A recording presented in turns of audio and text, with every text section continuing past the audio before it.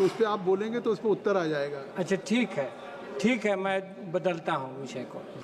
तो उसमें मेरा ये कहना है कि एक कॉमन मांग उठ रही है हर जगह कि रेलवे स्टेशंस पर तो फुट ब्रिज होते थे इस पार से उस पार होने के लिए, लेकिन अब रेलवे के बगल बगल में बाउंड्री कर देने से गाँव के खेत, गाँव इधर है, खेत उनका रेल के उस पार है। कुछ मांगों से मैं शुरू करता हूँ। डेहरी में रेल वैगन फैक्ट्री लगाने की बात डालमिया नगर में कब की घोषणा हुई, लेकिन आज तक लागू नहीं हुआ। औरंगाबाद बिहटा रेलवे लाइन डेहरी से नासरीगंज होते हुए, विक्रमगंज होते हुए बलिया तक नई रेलवे लाइन बिछाने का मामला है। इसका मंडे को रेलवे बजट आएगा। आरओबी शुरू में ही रेल मिनिस्टर से मिले थे, अब तो साथ में ही पेश होता है। आज तो सुना हमने कि रेल पर ही बात होनी है। तो कब की घोषणा हुई लेकिन आज तक लागू नहीं हुआ, तो ऐसे ठेकेदारों को क्या पेनलाइज करने की कोई व्यवस्था होगी? इसी तरह से रेलवे के बगल में जो पूरी जमीनें ले ली गई हैं बाउंड्री करके, आप चाहिए आदरणीय राजा राम जी, तो इसको जब रेलवे का बजट आएगा तो उस पर आप बोलेंगे तो उस पर उत्तर आ जाएगा। अच्छा ठीक है, मैं बदलता हूँ विषय को।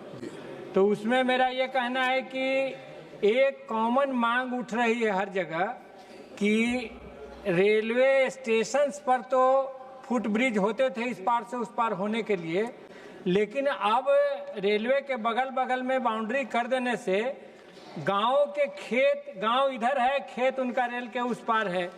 तो बीच में कई जगह पर, हमारे यहाँ भी शंकरपुर एक गांव है, वहाँ पर फुट ब्रिज की मांग हुई। तो इस तरह से ये कॉमन डिमांड उठ रहा है पूरे क्षेत्र में।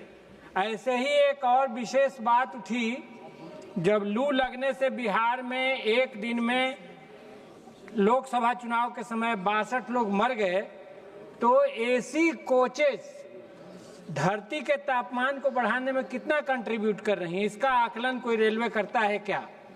कि टोटल उसकी जो एसी कोचेज होती हैं वो कितना इसे टेम्परेचर को वो बढ़ाती हैं या नहीं बढ़ाती, इसका कोई आकलन हुआ है क्या? कृषि के मामले में हमारा ये कहना है, देश में जो बड़ा किसान आंदोलन हुआ उसके साथ भारत सरकार एक एग्रीमेंट में गई थी। एग्रीमेंट के बहुत सारे बिंदुओं को आज तक लागू नहीं कर पाई। तो ये बेहद शर्मनाक है और देश में किसानों के साथ ये धोखा और विश्वासघात ये नहीं होना चाहिए। जो सिंधु बॉर्डर पर उनको एक स्मारक बनाने के लिए जगह देने का मामला था, MSP C2 plus 50% Swaminathan commission की रिपोर्ट के अनुसार लागू करने का मामला था, या अन्य मांगे थी। इसी तरह से जल शक्ति मंत्रालय बनने के बाद ये मंत्रालय मैं देख रहा हूँ कि धीरे धीरे ये कचरा प्रबंधन और सैनिटेशन मंत्रालय बन गया है।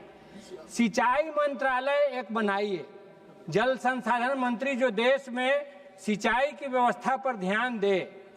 अभी जो मंत्रालय है वो सिंचाई पर ध्यान बिल्कुल नहीं दे रहा है, और इस लिहाज से हमारे यहाँ भी धान की खेती का इलाका है, इंद्रपुरी जलाशय, सोन नहरें, तो उसके निर्माण का सवाल है, सोन नहरों के आधुनिकीकरण का सवाल है। तो ये मांगे हैं। मैं अभी जो ऊर्जा क्राइसिस है जिस पर थोड़ी सी बातें हुई उस पर बहुत नहीं रखूंगा, कल मैंने बातें रखी हैं, कृपया समाप्त। लेकिन आप ये हैं जो एक साथ कह सकते हैं कि हमारे प्रधानमंत्री ने इजराइल से गले भी मिला और हरमुज स्टेट से हमारे जहाजों को झंडा दे करके आने दिया जा रहा है। तो ये इतनी बड़ी धृष्टता आप ही कर सकते हैं। हमारा कहना है कि इसमें भारतीय डिप्लोमेसी का कोई रोल नहीं है, ये ईरान की डिप्लोमेसी है जिसके तहत हमारे जहाजों को आने की इजाजत मिल रही है।